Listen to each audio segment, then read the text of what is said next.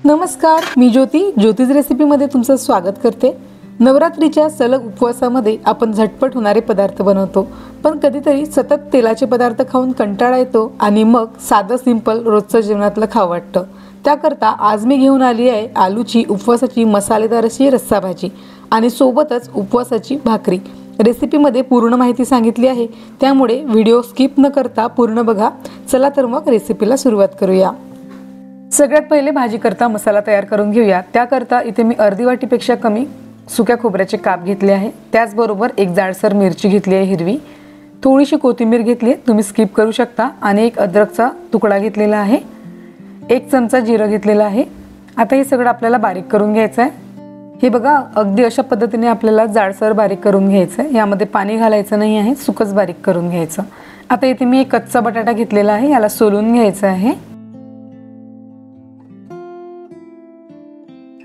आता अशा पद्धतीने आपल्याला जाडसर फोडी कापून घ्यायची आहे। जाडसर फोडी कापल्यामुळे बटाट्याची भाजी अगदी छान दिसते। बटाटा कापल्यावर लगेचच पाण्यात टाकावा, म्हणजे काळा पडत नाही। आता आपण भाजीला फोडणी देऊया। त्याकरता इथे मी एका पॅन मध्ये एक छोटी वाटी तेल घेतलेलं आहे।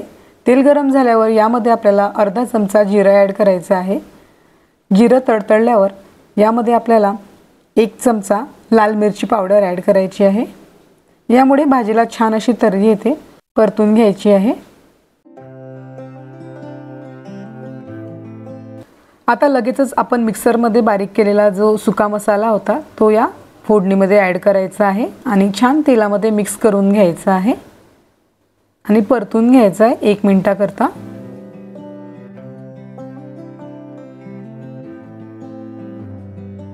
इथे आपण वाटणामध्ये सुकं खोबरं घातलंय, त्यामुळे मसाल्याला अशा प्रकारे तेल सुटतं। बस अशा प्रकारे तेल सुटल्यावर लगेचच यामध्ये आलूच्या फोडी ॲड करायच्या आहे आणि मिक्स करून घ्यायच्या आहे।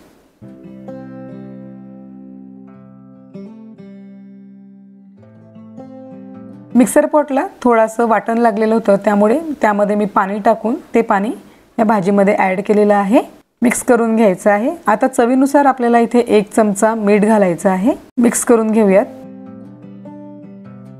आता आपल्याला आलूची रस्सा भाजी करायची आहे, त्याकरता इथे मी परत थोडंसं पाणी ॲड केलेलं आहे, मिक्स करून घेतलेलं आहे।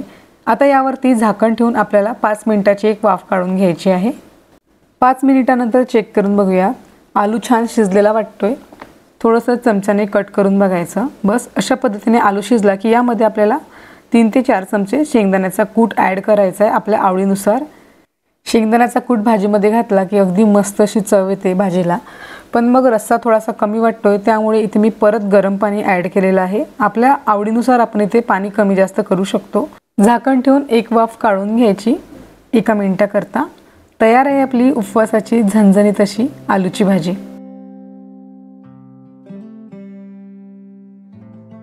आता आपल्याला उपवासाच्या भाकरी करता इथे मी अर्धा किलो भगर घेतली, म्हणजेच की वरई घेतलेली आहे, आणि याला आपल्याला छान असं ओल्या एका कपड्याने पुसून घ्यायचं आहे, सुकवून घ्यायचं आहे।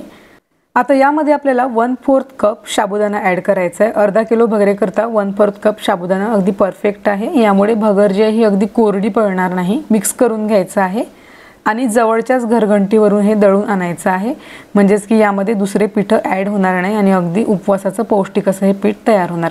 इथे मी घरच्याच घरघंटीवरून अगदी बारीकसर असं दळून घेतलेलं आहे। आपण भाकरीचं पीठ जसं दळतो बस तशा पद्धतीने हे दळून घ्यायचं आहे। तुम्ही विकतचं पीठ देखील आणू शकता। आता एका परातीमध्ये आपल्याला जेवढ्या पिठाच्या भाकरी बनवायच्या आहेत तेवढं पीठ घ्यायचं। इथे मी 1.5 कप भगरीचं पीठ घेतलेलं आहे। लक्षात ठेवा, थोडंसं सुकं पीठ आपल्याला भाकरी थापण्याकरता साईडला काढून ठेवायचं आहे। आता आपल्याला भगरीचं किंवा वरईचं पीठ भिजवून घ्यायचं आहे, त्याकरता इथे मी 1 कप गरम पाणी घेतलेलं आहे। लक्षात ठेवा, आपल्याला गरम पाण्याचाच वापर करायचा आहे। थोडं थोडं पाणी टाकून आपल्याला अशा पद्धतीने चमच्याने मिक्स करून घ्यायचं आहे। सोबतच सगळं पाणी टाकायचं नाही आहे। अंदाज घेत आपल्याला इथे पाणी टाकून हे पीठ मळून घ्यायचं आहे। इथे मी थोडं थोडं पाणी टाकून चमच्याने मिक्स केलंय, कारण गरम पाण्यामुळे पीठ देखील अगदी गरम होतं। आणि आता आपल्याला हाताने हे पीठ मळून घ्यायचं आहे, आणि मळताना जर तुम्हाला वाटलं थोडं थोडं पाणी ॲड करायचं आहे, त्यानुसार आपल्याला अगदी थोडं पाणी ॲड करून हे पीठ मळून घ्यायचं आहे। हे पीठ वरईचं असल्यामुळे याला लगेचच पाणी सुटतं, त्यामुळे खूप सारं पीठ भिजवून ठेवून नंतर भाकरी थापायच्या असं करू नका। वरईचं पीठ भिजवल्यावर लगेचच आपल्याला याच्या भाकरी बनवायच्या आहे, कारण वरईच्या पिठाला पाणी सुटतं आणि परत सुकं पीठ लावलं तर भाकरी कोरडी पडते, मऊ अशी होत नाही। हे बघा अगदी मऊसूत असं भाकरीचं पीठ भिजवून तयार आहे। एक गोळा मी तुम्हाला जवळून दाखवते म्हणजे तुम्हाला कळेल की या पिठाला बिलकुल चिरा गेलेला नाही आहे आणि अशी भाकरी अगदी छान बनते, भाकरीला चिरा जात नाही। हे बघा अगदी सॉफ्ट अशी हे पीठ आपण भिजवलेलं आहे। आता पोळपाटावर थोडं भाकरीचं पीठ घ्यायचं आणि व्हिडिओमध्ये दाखवते त्याप्रमाणे भाकरी थापून घ्यायची।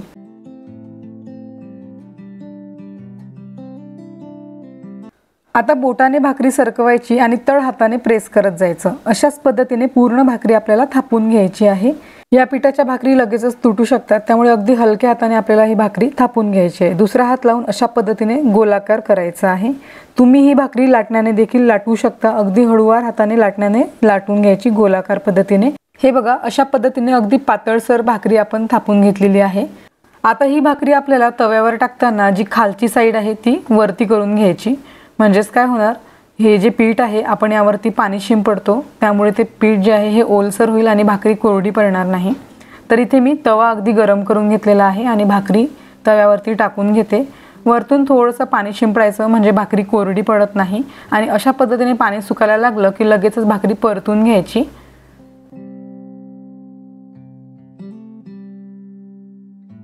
भाकरी तव्याला चिटकते त्यामुळे आपल्याला सराट्याने पहिले भाकरीला थोडंसं अशा पद्धतीने काढून घ्यायचं आहे आणि त्यानंतर एक कपडा घेऊन कपड्याने भाकरी छान अशी शेकून घ्यायची आहे। कपड्याने भाकरीला अशा पद्धतीने प्रेस केल्यामुळे भाकरी कुठेच कच्ची राहत नाही आणि छान फुलते। दोन्ही साईडने भाकरी शेकून तयार झालेली आहे। हे बघा जवळून दाखवते, अगदी मस्त अशी ही भाकरी झालेली आहे। याच पद्धतीने मी सर्व भाकरी बनवून घेतलेल्या आहे। ही भाकरी मी गॅसवर शेकून घेतली, ज्या पद्धतीने आपण ज्वारीची भाकरी शेकून घेतो त्याच पद्धतीने मी ही भाकरी शेकून घेतली। अगदी छान अशी ही भाकरी तयार झालेली आहे। तर मग 9 दिवसाच्या उपवासामध्ये उपवासाची भाकरी आणि उपवासाची आलूची रस्स्याची भाजी नक्की ट्राय करून बघा।